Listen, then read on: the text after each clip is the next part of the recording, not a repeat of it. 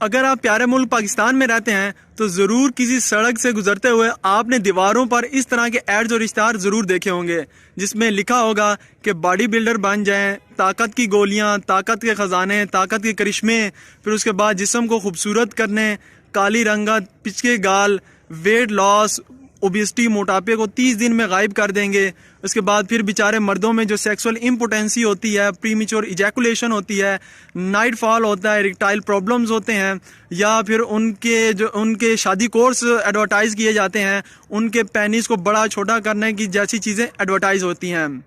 अब ये कौन लोग होते हैं, उनकी ज़रा रियलिटी को जानते हैं। तो ये एक पहुंची हुई सरकार होती है जो कि एक स्पेसिफिक एरिया में मशहूर मारूफ कर दी जाती है, जिसके एक छू मंतर, एक गोली और एक पक्की से सब कुछ ठीक हो जाता है। और ये लोग इतने तेज होते हैं कि ये करते क्या हैं कि सबसे पहले जो एक कॉमन ले मैन होता है उसके माइंड सेट को टेम्पर करते हैं, और इस तरह से टेम्पर करते हैं कि उसके वाकई ही ये रियलाइज़ करवाते हैं, इस चीज़ को फील करवाते हैं कि उसे किसी किस्म की ताकत की कमी या मर्दाना कमज़ोरी वगैरह की कोई चीज़ मौजूद है। उसके बाद ये लोग ये करते हैं कि एक मोनोपोली क्रिएट करते हैं अगेंस्ट एलोपैथिक मेडिसिन, यानी जो अंग्रेजी दवाइयां हैं उनके अगेंस्ट ये प्री प्लान मोनोपोली करते हैं कि इनके बहुत सारे सीवियर साइड इफेक्ट्स होते हैं, जबकि उनकी जो फक्की है, उनकी जो दवाई है वो बिल्कुल प्योर, ऑर्गेनिक और खालिश जड़ी बूटियों से बनाई गई है और उसके किसी भी किस्म के साइड इफेक्ट्स नहीं हैं। और साथ में ये भी क्लेम करते हैं कि हर मर्ज की दवा, हर मर्ज का इलाज उन्हीं के पास मौजूद है।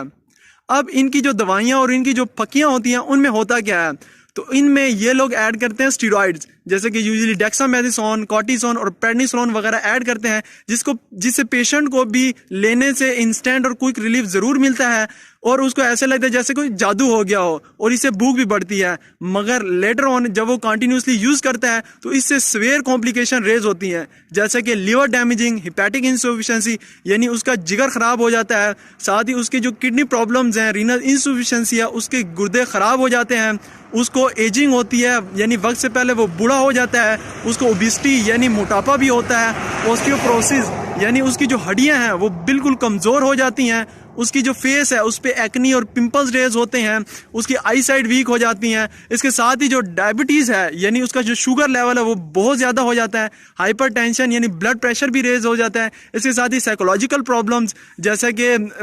टेंशन होना, स्ट्रेस होना,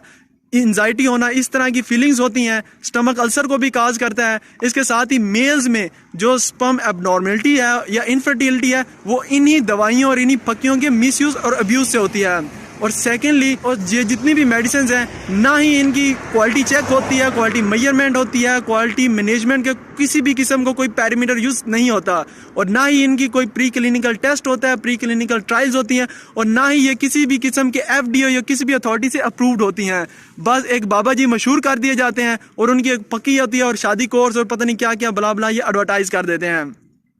अब मैं ये हरगिज़ नहीं कहता कि जो ट्रेडिशनल होम्योपैथिक या हर्बल मेडिसिन हैं जिनको जिसमें क्रूड ऑयल को डाइल्यूटेड फॉर्म में यूज़ किया जाता है या प्लांट वगैरह यूज़ किए जाते हैं वो बिल्कुल गलत हैं। उनकी भी एक स्पेसिफिक फार्माकोपिया, उनकी स्पेसिफिक मैन्युफैक्चर करने का तरीका है जिसके अकॉर्डिंग वो तैयार की जाती हैं। मगर मेरा मकसद, मेरा ऑब्जेक्टिव आपको सिर्फ अवेयर करना था जो अनप्रोफेशनल क्वैक्स और हकीमी दवाइयाँ हैं इनका आपकी बॉडी पे क्या असर होता है। So be aware, stay blessed and stay tuned. Allah हाफिज़।